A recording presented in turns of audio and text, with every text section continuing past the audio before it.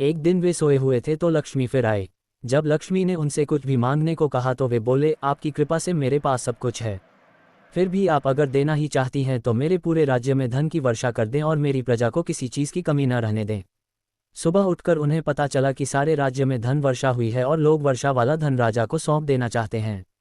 विक्रमादित्य ने आदेश किया कि कोई भी किसी अन्य के हिस्से का धन नहीं समेटेगा और अपने हिस्से का धन अपनी संपत्ति मानेगा। जनता जय जयकार कर उठी।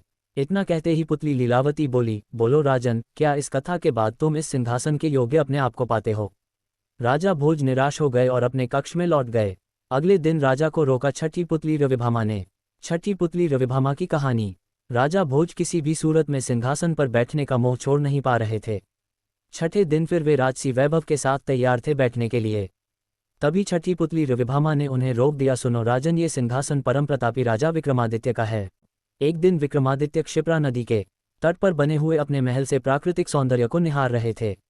बरसात का महीना था, नदी उफन रही थी और अत्यंत तेजी से बह रही थी। इतने में उनकी नज़र एक पुरुष, एक स्त्री और एक बच्चे पर पड़ी। उनके वस्त्र तार तार थे और चेहरे पीले। राजा देखते ही समझ गए कि वे बहुत ही निर्धन हैं। सहसा वे तीनों उस नदी में छलांग लगा गए। अगले ही पल प्राणों की रक्षा के लिए चिल्लाने लगे। विक्रम ने बिना एक पल गंवाए नदी में उनकी रक्षा के लिए छलांग लगा दी। अकेले तीनों को बचाना संभव नहीं था, इसलिए उन्होंने दोनों बेतालों का स्मरण किया। दोनों बेतालों ने स्त्री और बच्चे को तथा विक्रम ने उस पुरुष को डूबने से बचा लिया। तट पर पहुंचकर उन्होंने जानना चाहा वे आत्महत्या क्यों कर रहे थे।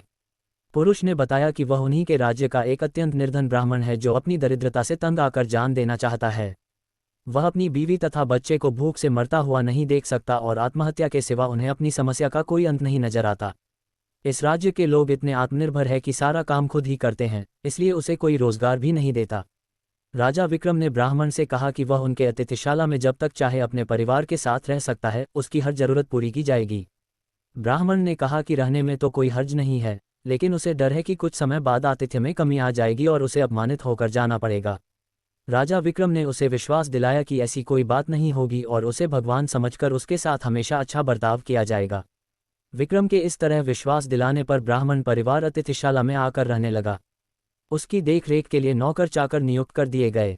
वे मौज से रहते, अपनी मर्जी से खाते पीते और आरामदेह पलंग पर सोते। अगर आपको यह कथा अच्छी लगी हो तो वीडियो को लाइक करें और ऐसी ही कहानियों के लिए चैनल इट्स स्टोरी टाइम को जरूर सब्सक्राइब करें।